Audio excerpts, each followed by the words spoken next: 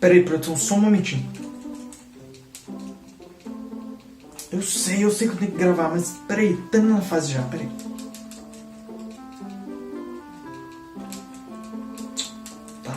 Tá bom. Ó, eu vou pausar aqui, mas quando eu voltar, eu quero do jeito que eu deixei, hein?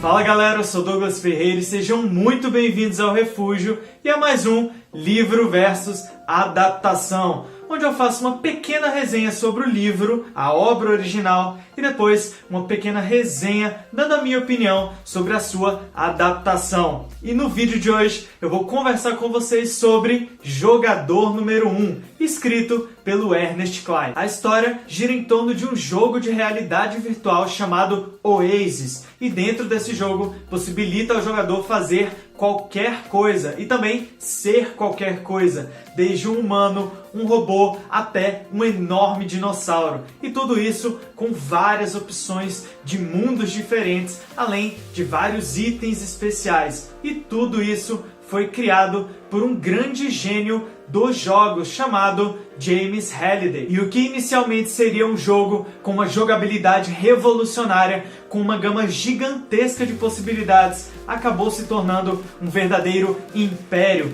porque as pessoas passaram a ficar mais tempo dentro do jogo do que na própria vida real. E em meados de 2040, toda essa comunidade ficou em choque com o anúncio da morte de Halliday, e juntamente com essa notícia veio a divulgação de um vídeo testamento, onde o próprio James Halliday fala que antes de morrer deixou um easter egg, um segredo dentro do jogo, protegido por 3 chaves e 3 portões. E o primeiro jogador que encontrasse esse easter egg herdaria controle total do Oasis e toda a sua fortuna. E a partir daí, deu-se início à maior competição de todos os tempos em busca do easter egg de Halliday. E depois de muito, mas muito tempo, lá no placar da competição, apareceu em primeiro lugar o nome do personagem Parzival, controlado pelo protagonista dessa história, o jovem Wade. E ele vai perceber que, juntamente com a sua grande descoberta e a sua fama instantânea, durante a sua jornada, ele terá que enfrentar grandes desafios e perigos, não só dentro do jogo, mas fora dele. O autor buscou no início da narrativa do livro nos apresentar as características desse universo, tanto o virtual quanto o real. No real, ele descreve muito bem a realidade do planeta no ano de 2044, onde a tecnologia está muito avançada, mas os recursos estão muito escassos. O jogo, por sua vez, é recheado de elementos e referências à cultura nerd pop dos anos 80. A diagramação do livro, que eu achei muito bem organizada, por sinal, vez ou outra trazia ali umas notinhas de rodapé, nos explicando um pouco mais sobre certa coisa dos anos 80, nos fazendo mergulhar ainda mais nessa época.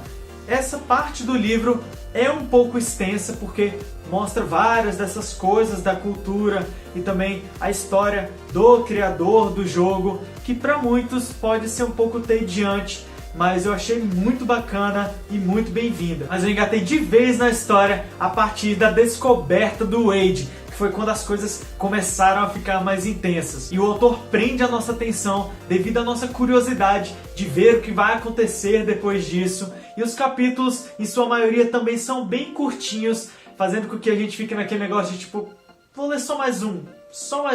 E quando a gente vê, a gente já leu umas 50 páginas. Os personagens são muito bem construídos, fazendo com que a gente simpatize com eles ou não de forma muito fácil. E isso ajuda a potencializar ainda mais o nosso envolvimento com os acontecimentos da história, que tem um ótimo ritmo, mesclando aí momentos de ação, de romance e momentos engraçados. Eu vou dar ao livro 5 estrelas. Com uma história cheia de reviravoltas que instigam a nossa curiosidade, eu devorei essa história. E eu gostei tanto que eu saí recomendando para um monte de gente. Não é à toa que eu nem tô com o meu livro aqui, porque eu já emprestei para um amigo meu ler. Agora, falando um pouco sobre a adaptação do livro para os cinemas, apesar do roteiro ter participação do autor Ernest Cline, o filme não seguiu à risca os acontecimentos do livro, mas calma, que isso não é um problema. Optando por não se aprofundar tanto no passado dos personagens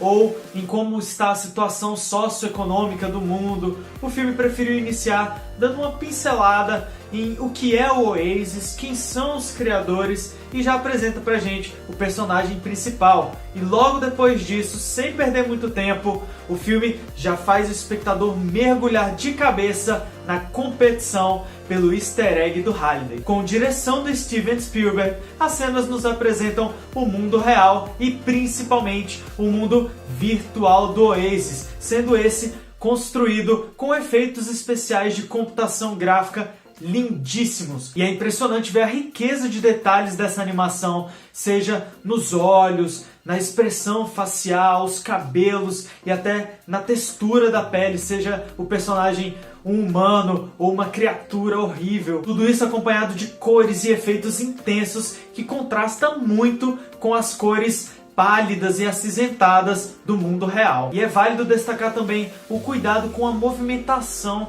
e a escolha de ângulos da câmera, fazendo com que o espectador não perca nenhum detalhe das cenas, seja ela mais agitada, como uma cena de combate, ou uma cena mais lenta, como uma simples conversa. Os atores também fazem um excelente trabalho, entregando personagens com o jeito e a personalidade muito similares à do livro, com exceção do vilão. Diferente do personagem que a gente encontra no livro, que é um executivo ganancioso que faria de tudo para ter o controle do Oasis, para transformar ele em uma verdadeira vitrine de empresas, para lucrar muito com ele, nesse filme eu não senti tanta firmeza no personagem. Em nenhum momento eu vi ele como uma grande ameaça. Tem também um assistente dele lá que, pra mim, se não tivesse no filme, também não faria diferença nenhuma.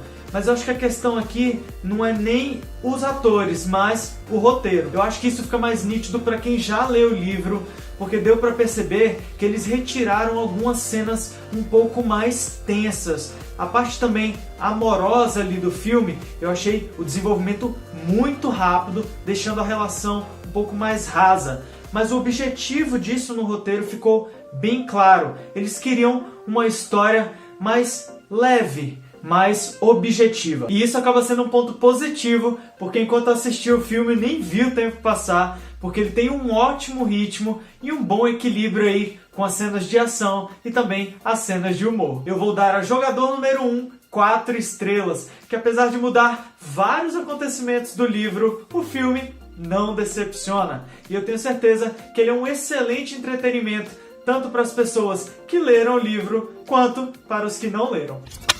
Então é isso, galera. Se vocês gostaram do vídeo, deixa a curtida aqui embaixo, que isso ajuda muito na divulgação e também me incentiva a trazer mais conteúdos como esse aqui para o canal. Aproveita também, já se inscreve para você ficar por dentro de todos os vídeos novos. E se você já leu o Jogador número 1 ou assistiu ao filme, deixa aqui nos comentários o que você acha dessa história.